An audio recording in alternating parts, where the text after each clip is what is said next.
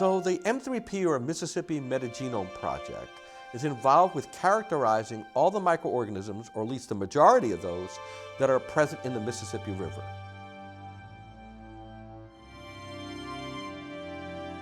The Mississippi is the most important river in our state. It's the most important river in the United States, and it's one of the most important rivers in the world.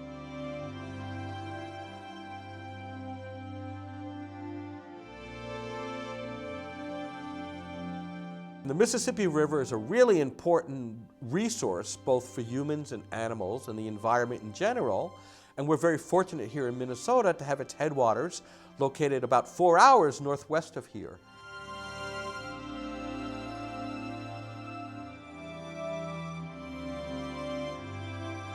So the Mississippi Metagenome Project capitalized on having the pristine headwaters located northwest of here. And the question is, how does the microbial population of the Mississippi change from the headwaters, which we would consider fairly pristine, all the way down to where the Mississippi leaves the state of Minnesota?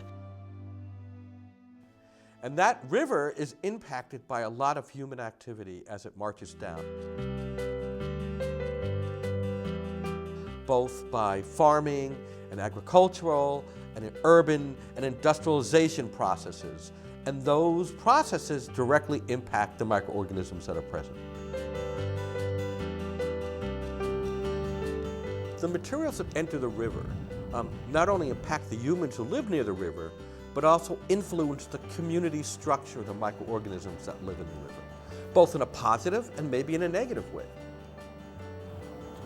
Let's go down over here. It's a nice spot. Minnesota-Mississippi Metagenome Project involves sampling at 12 sites throughout the Mississippi River.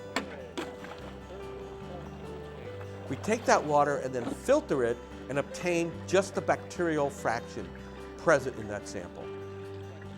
We sample multiple places along the river. We sample upstream and downstream of waste treatment plants and confluences of rivers.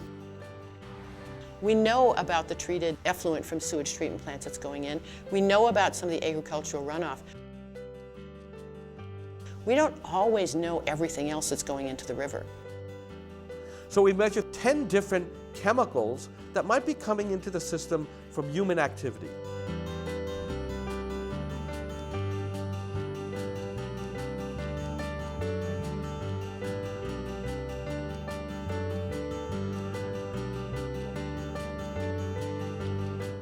We would like to be able to measure the health of the river in a way that would tell us where there's hot spots, where there's problems, where there's things that we need to do.